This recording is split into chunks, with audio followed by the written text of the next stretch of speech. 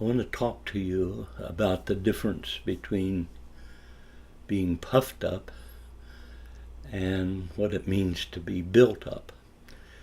This is from Scripture, of course, Corinthians, chapter 8, and this is not a Bible study. That's not what I want to do. What I want to do is make a difference that I believe that difference is being burned into my understanding of the difference between what it means to be puffed up or built up. The whole business of being puffed up, Paul says very simply, if you think you know something that you really don't know, it has a tendency to puff you up. And I must say, I've had my time of being puffed up, thought I knew, thought I understood, thought I knew stuff. And only to discover there was so much more, so depth, such clarity, some understanding. And so I found myself embarrassed and humiliated and going back to the drawing board. I thought this is real. Whatever it is, it's real. Now, to be puffed up is pretty serious stuff. It's a form of pride, a kind of pride that sort of takes us back to the original fall when men knew better than God, and so humility then is breaking that thing we call being puffed up, and when that is broken, a real person emerges. So being puffed up or emptied, which I'll explain in a moment, it's an amazing distinction here.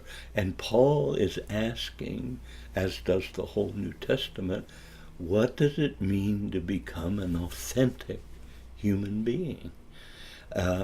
And I think many people are offended at the way Christians approach.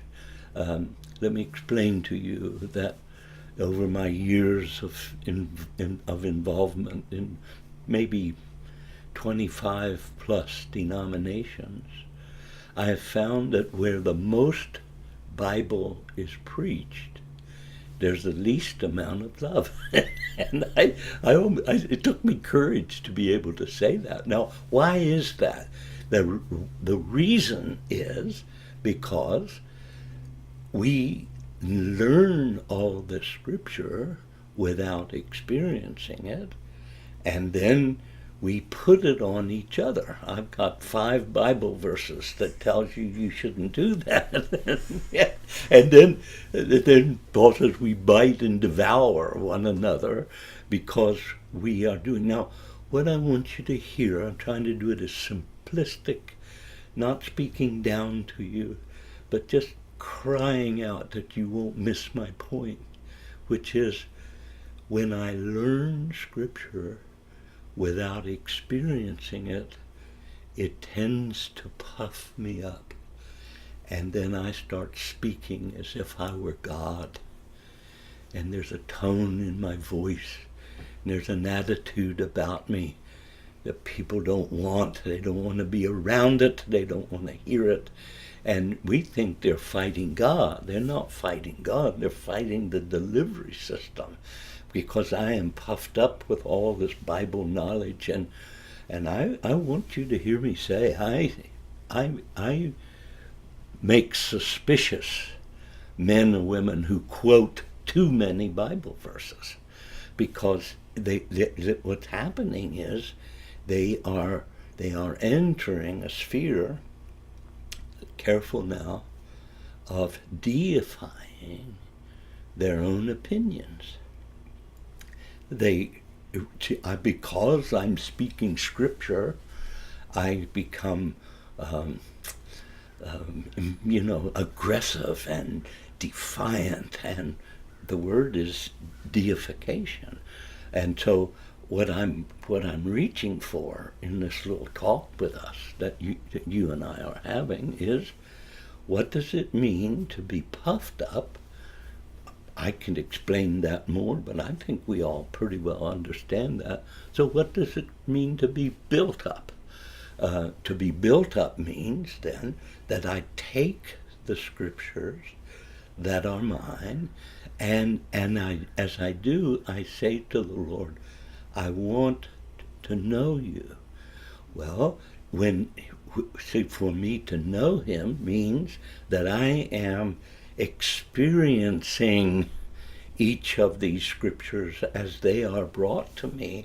It is not head knowledge, but spiritual heart knowledge, and that heart knowledge and head knowledge has to be balanced. The head balanced with the heart, and then the mouth speaks differently. Let me explain to you as carefully as I can, because I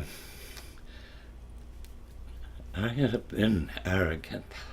I have been so certain of things that I was willing to bet my life on, only to be proven wrong. Now, in order to ascend into spiritual dimension, we also have to learn to descend in order to keep this in balance. If I ascend into what I think is spirituality without a balancing factor, what is the balancing factor?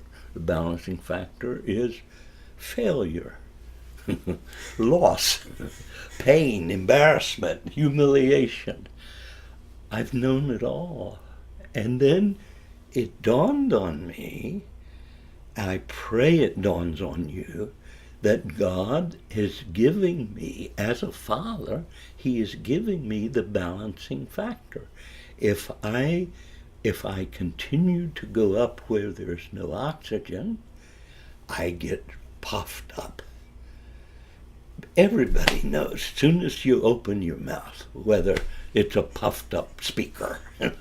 and see, then the descent, i.e. failure, pain, humiliation, always balances that until ascent and descent, until I emerge as a human being of God's intent.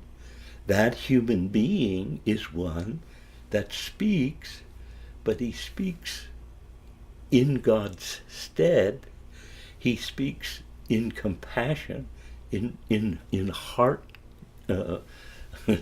heart concern, and you can hear it. And I used to identify that by saying, when anybody speaks, I listen for tears in their voice. Because when Jesus spoke to you, you knew his love, you knew his compassion, you experienced something from him that was absolutely real. So if we are able then to see puffed up, and then Father allows this thing called self-emptying, it's something you have to do yourself. Sometimes he helps you, but it's better to do it yourself. If you could just empty yourself of all the crazies and the arrogance and the smart aleck and all the things.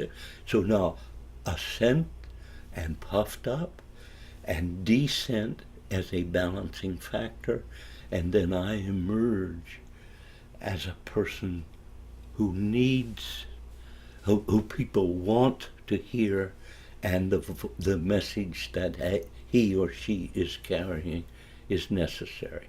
I hope this, even this time, that's evident in you.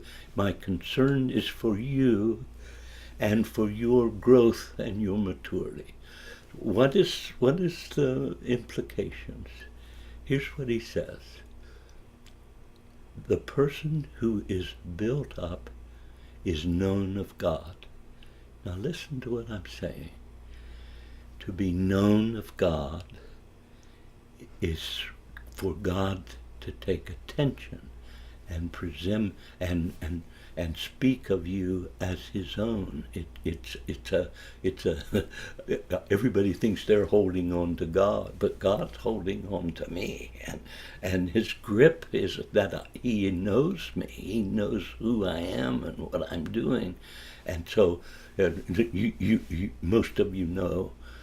Paul I know, Jesus I know, but who are you? And so they're not known of God. But to be known of God means that I'm willing to ascend into spiritual things.